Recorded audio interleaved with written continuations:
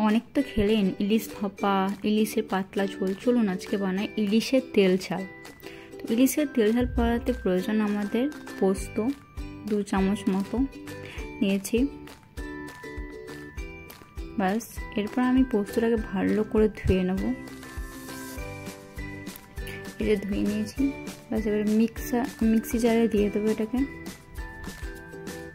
এরপর দিয়েছি 2টো কাঁচা লঙ্কা আর 1 চিমটি মতো লবণ।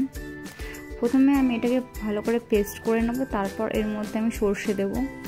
কারণ সর্ষেটাকে বেশি ঘোরালে সর্ষেটা তেতো হয়ে যেতে পারে, তো সেই জন্য আমি এটাকে ভালো করে ঘুরিয়ে নেব। এই যে ঘোরানো হয়ে গেছে, এরপর আমি সর্ষেটা দিয়ে দিলাম। এরপর সর্ষেটা দিয়ে আর একবার ঘুরিয়ে নেব, এটাকে পেস্ট করে নেব ভালো করে। ব্যাস, এই যে হয়ে গেছে পেস্ট। এরপর আমরা মাছটাতে ভালো করে নুন, হলুদ এবং লঙ্কা গুঁড়ি ভালো করে মাখিয়ে নেব। ভালো করে এপিট ওপিট করে মাখিয়ে নেব আমি। এই যে দেখতেই পাচ্ছেন ভালো করে মাখিয়ে নিয়েছি, এপিট ওপিট করে ভালো করে মাখিয়ে নিয়েছি।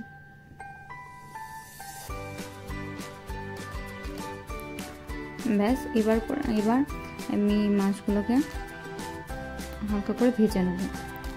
তো ভেজে নেওয়ার জন্য কড়াইটাকে আমি গরম করতে দিয়ে দিয়েছিলাম।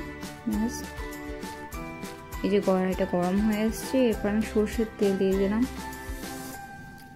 সরষের তেল দিয়ে দিয়েছি। এবার তেলটা গরম হওয়ার পর মাছগুলোকে দিয়ে দেবো। এই যে গরম হয়ে গেছে, তেলটা একটু বেশি গরম হয়ে গেছে, এতটা গরম করারও দরকার নেই।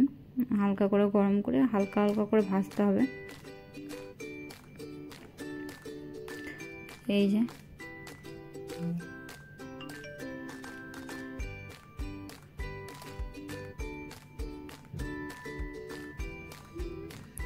যে ভাজা হয়ে গেছে, এবার আমি মাছগুলোকে তুলে নিচ্ছি।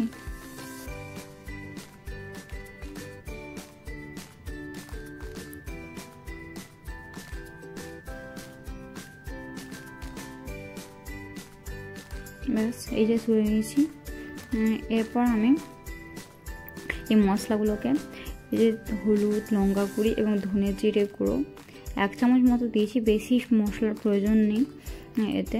এগুলোকে আমি ভালো করে জলে ভিজিয়ে রাখবো, কারণ ডাইরেক্ট মশলাগুলো তেলে দিলে মশলাগুলো পুড়ে যাওয়ার সম্ভাবনা থাকে। তো সেই জন্য আমি আগে জল দিয়ে এটাকে ভালো করে গুলে নেব, আর কিছুক্ষণের জন্য এটাকে রেখে দেবো। রেখে দিলে একটু মশলাটা ফুলে ওঠে।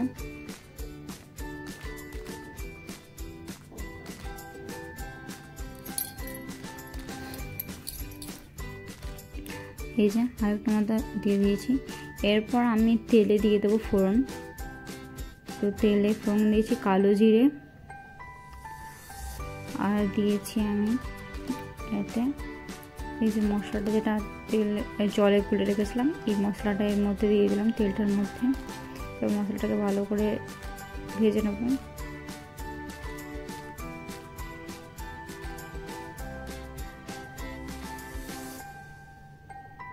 গ্যাসের ফ্লেমটাকে স্লো করে নিয়েছি, আর একটু জলও দিয়ে দিলাম যাতে ভালো করে ভাজা হয় মশলাটা।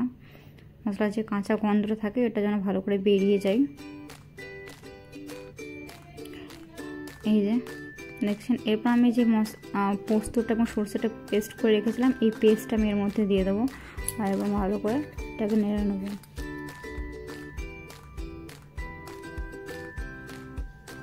এটাকে কিছুক্ষণ এরকম নাড়তে থাকবো। এই যে এরপর ফুটে উঠলে এর মধ্যে আমি ভাজা মাছগুলোকে দিয়ে দেবো।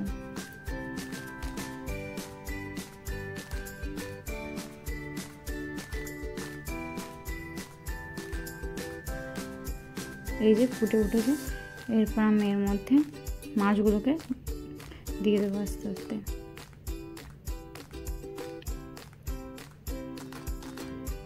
মাছগুলো দিয়ে আমি কিছুক্ষণ আবার ফুটতে দেবো এটাকে ভালো করে, তাহলে মশলাটা ভালো করে মাছটার মধ্যে ঢুকে যায়।